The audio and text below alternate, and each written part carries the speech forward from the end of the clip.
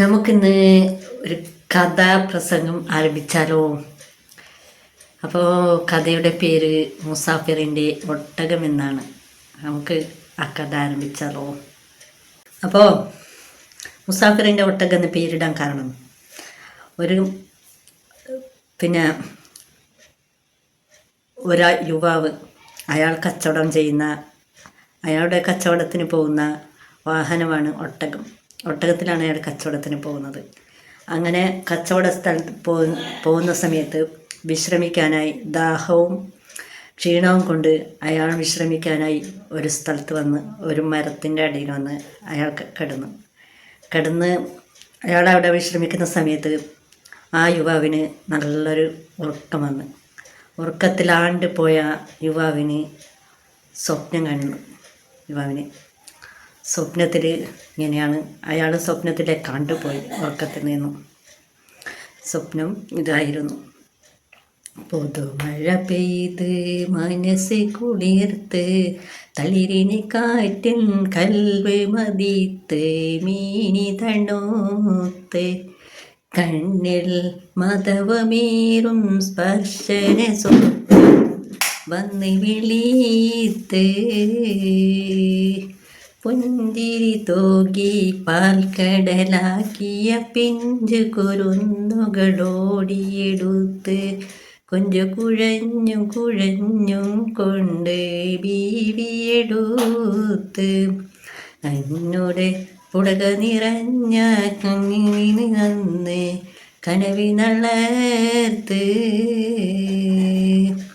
പുതുമഴ പെയ്ത് മനസ്സ് കുളിർത്ത് തളിരിൻ കാറ്റിൻ കൽവ് മതിത്ത് മീനി തണൂത്ത് കണ്ണിൽ മാതവമേറും സ്പർശന സ്വപ്നം വന്ന് വിളീത്ത്.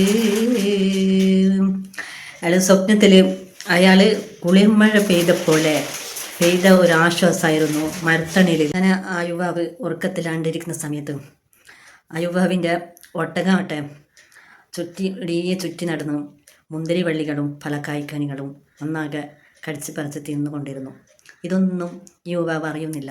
അപ്പോൾ ആ തോട്ടത്തിൽ ഒരു വൃദ്ധനായ ഒരു ആളുണ്ടായിരുന്നു, കാവൽക്കാരൻ. ആ വൃദ്ധനായ കാവൽക്കാരന് ഇത് കണ്ടുകൊണ്ടാണ് വന്നത്. അപ്പോൾ ഇതാരുടെ ഒട്ടകമെന്ന് ആ കാവൽക്കാരൻ അറിയില്ലായിരുന്നു. ആ കാവൽക്കാരന് ഒട്ടകത്തെ വടി കൊണ്ട് അടിച്ചതിന് ശേഷം ആ ഒട്ടകം അവിടെ മലർന്നടിച്ച് വീഴും. പെട്ടെന്ന് ഒരു ശബ്ദം ഉണ്ടായി. ആ ഒട്ടകം അവിടെ ചത്തുപോയി. എന്നാലില്ല, ഞാൻ എന്താ ചെയ്തിരിക്കുന്നത്? ഒരൊട്ടകത്തെ ഞാൻ നിഷ്ഠൂരമായി കൊന്നിരിക്കുന്നു. ഇതിനെനിക്ക് ആരാ മാപ്പ് തരുക? ഈ വൃദ്ധൻ വല്ലാത്ത സാഹചര്യമായിപ്പോയി. ഈ വൃദ്ധന് ഇത് ആരോടാണ് പറയുക? ആരും ഇവിടെ കാണാനില്ലല്ലോ, പിന്നെ ആരും കണ്ടിട്ടില്ല എന്ന് ഈ വൃദ്ധൻ ചുറ്റുപാട് നോക്കുന്ന സമയത്ത് ഈ വൃദ്ധന് മനസ്സിലായി, പടച്ചവൻ എല്ലാം കാണുന്നുണ്ടല്ലോ, പിന്നെ പടച്ചവനെല്ലാം അറിയാലോ, ഞാൻ ഇത് ഒളിച്ചു വെച്ച് കൊണ്ടിരിക്കാൻ പറ്റില്ല. ഇതിൻ്റെ ഉടമസ്ഥനാര്, ഈ ഒട്ടകത്തിൻ്റെ ഉടമസ്ഥനാരെന്ന് കണ്ടുപിടിക്കണം. അയാൾ അടുത്തേക്ക് വന്നിട്ട് ചോദിച്ചു, മോനെ, എനിക്ക് മാപ്പ് തരണം എന്നറിഞ്ഞ് കാലി വീഴുന്നു. എന്താ നിങ്ങൾ പറയുന്നത്? എനിക്കൊന്നും മനസ്സിലാവുന്നില്ലല്ലോ. നിങ്ങൾ എന്താണ് പറയുന്നത്? കാര്യങ്ങൾ തെളിച്ച് പറയാം. മോനെ, ആ ഒട്ടകം നിങ്ങളുടേതായിരുന്നു മോനെ. എവിടെ നിന്ന് പോയിരുന്നു ഒട്ടകം? അതെ, എൻ്റെതാണ് ആ ഒട്ടകം എന്ന് പറഞ്ഞു. അപ്പോൾ പറഞ്ഞു, പിന്നെ എനിക്ക് ആദ്യം മാപ്പ് താ മോനെ. നിങ്ങൾ എന്താണ് പറയുന്നത്? തെളിച്ച് പറയാം.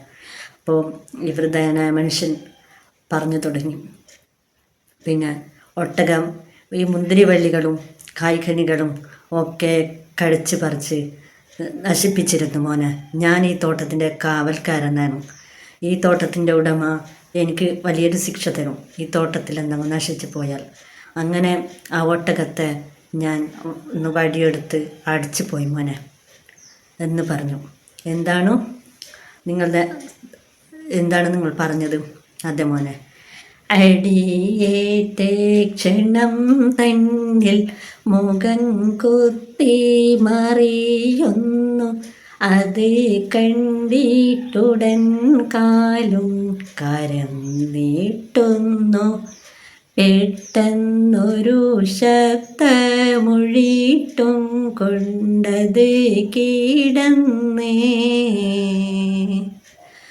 അബദ്ധങ്ങൾ പിണഞ്ഞ് പോയി, അറിയാതെ ഭവിച്ച് പോയി, മറുന്യായം പറയുവാൻ കഴിയാതെയായി. എന്നിൽ അവിവേകം പിണഞ്ഞ് പോയി, പൊറുത്തേടാനായി. ഈ വൃദ്ധൻ്റെ വാക്ക് കേട്ട യുവാവ്, നിങ്ങളെന്താ പറഞ്ഞത്? നിങ്ങളെൻ്റെ ഒട്ടകത്തെ നിഷ്ഠൂരമായി കൊന്നിരിക്കുന്നു. ഇല്ല, നിങ്ങൾക്ക് മാപ്പില്ല, നിങ്ങൾക്ക് മാപ്പില്ല, നിങ്ങൾ മാപ്പർഹിക്കുന്നില്ല, നിങ്ങൾ എൻ്റെ ഒട്ടകത്തെ നിഷ്ഠൂരമായി കൊന്നിരിക്കുന്നു എന്ന് പറഞ്ഞുകൊണ്ട് കഴുത്ത് രണ്ടും അമർത്തി പിടിക്കുകയായിരുന്നു ചെയ്തത്. പിന്നാലില്ല, മരം മുറിച്ചിട്ട് കണക്കെ ആ വൃദ്ധനായ മനുഷ്യൻ അവിടെ മലർന്നടിച്ച് വീഴുകയായിരുന്നു. എന്നാലില്ല, ഞാൻ എന്താ ചെയ്തത്? അപ്പോഴാണ് ഈ യുവാവിന് ബോധം നേരെ വീണത്. എന്നാലില്ല, ഞാൻ എന്താ ചെയ്തത്? ഞാനൊരു മനുഷ്യനെ കൊന്നിരിക്കുന്നു, ഞാനൊരു നിഷ്ഠൂരമായിരിക്കുന്നു, ഞാനൊരു മനുഷ്യനെ കൊന്നിരിക്കുന്നു. ഇതിനെനിക്ക് പഠിച്ചവൻ മാപ്പ് തരുമോ? ഇല്ല, എനിക്ക് പഠിച്ചവൻ മാപ്പ് തരില്ല. ഇയാൾ ആകെ ഭയന്ന് വിറക്കുകയായിരുന്നു. ഇതാരും കണ്ടില്ലെങ്കിലും പടച്ച റബ്ബ് കാണുന്നുണ്ടായിരിക്കും. മണൽ കാട്ടിൽ തീ കാറ്റഞ്ഞടിച്ചോ, മനസ്സിൻ്റെ താളങ്ങളൊക്കെ ചലിച്ചു. മന്നവനരുതെന്നോതിയതൊക്കെയും മാനവൻ കാറ്റിൽ പരത്തി കഴിച്ചു.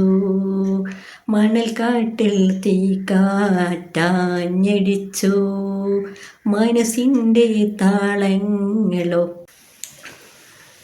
അങ്ങനെ ആ യുവാവ് ആ വൃദ്ധൻ്റെ വീട് അന്വേഷിച്ച് പോയിരുന്നു.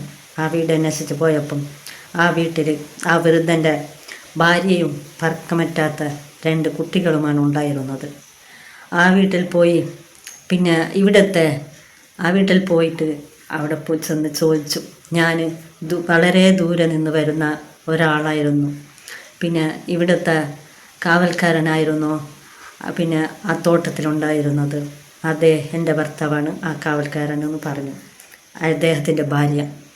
പിന്നെ അപ്പോൾ ഇദ്ദേഹം പറഞ്ഞു, പിന്നെ ഞാൻ ഒട്ടകത്തെ മേയിച്ച് നടക്കുന്ന സമയത്ത് ഞാൻ അറിയാതെ ഒന്ന് ഉറങ്ങിപ്പോയി. എൻ്റെ ഒട്ടകം തോട്ടത്തിലുള്ള മുന്തിരി വള്ളികളും കായ്ക്കനികളും കടിച്ച് പറിച്ച് തിന്നു. ആ ഒട്ടകത്തിനെ അയാൾ നിഷ്ഠുരമായി കൊന്നിരിക്കുന്നു. അയാൾ എന്നോട് പറയുന്ന സമയത്ത് എൻ്റെ സമനില തെറ്റിപ്പോയി. ഞാൻ അദ്ദേഹത്തെ കഴുത്ത് പിടിച്ചൊന്ന് അറിയാതെ കഴുത്ത് മുക്കിപ്പോയി. അയാൾ മരണപ്പെട്ടിരിക്കുന്നു. ആ വിവരം ഞാൻ പറയാനാണ് ഞാൻ നിങ്ങളുടെ അടുക്കലേക്ക് വന്നത്. ഇത് കേട്ട ഉടനെ അദ്ദേഹത്തിൻ്റെ ഭാര്യ മരം മറിച്ചിട്ട കണക്കിന് ഒരു ഭാഗത്തേക്ക് വീഴുകയായിരുന്നു. പെട്ടെന്ന് കേട്ടുള്ള വാർത്തയിൽ ഞെട്ടി തരിച്ച് പോയ മീന നേരത്തെ പൊട്ടിക്കരഞ്ഞുടഞ്ഞെട്ടാത്ത പുഷ്പം പോൽ വടി തളർന്ന് പോയ ഉമ്മ. മാരൻ്റെ വേർപാട് താങ്ങാൻ കഴിയാതെ റബ്ബോടിരക്കുന്നു റഹീമേ. മരണത്തിൻ പൂമാരനൊപ്പമണയുവാൻ തുണക്കി പടച്ചോനേ. ഉമ്മ പടച്ച റബ്ബിനോട് പ്രാർത്ഥിക്കുന്നത് ഇങ്ങനെയാണ്, പിന്നെ പടച്ചവനെ, എൻ്റെ ഭർത്താവിനെ നീ അങ്ങോട്ട് തിരിച്ചു വിളിച്ചല്ലോ, എന്നെയും അങ്ങനെ തിരിച്ചു വിളിച്ചിരുന്നെങ്കിൽ അദ്ദേഹത്തോടൊപ്പം എന്ന് ആ ഉമ്മ വിലപിക്കുന്ന സമയത്ത് ആ മക്കൾ രണ്ടും ഓടി വന്ന് പറഞ്ഞു, നിങ്ങൾക്ക് മാപ്പില്ല, നിങ്ങളുടെ ഞാൻ ഖലീഫയുടെ അടുത്തേക്ക് കൊണ്ടുപോവാണ്, നിങ്ങളെ കോടതിയിലേക്ക് കൊണ്ടുപോവുകയാണ്, ഞങ്ങളെ വാപ്പാന നിഷ്ഠൂരമായി കൊന്നിരിക്കുന്നല്ല നിങ്ങൾക്ക് മാപ്പില്ല എന്ന് പറഞ്ഞു. ആ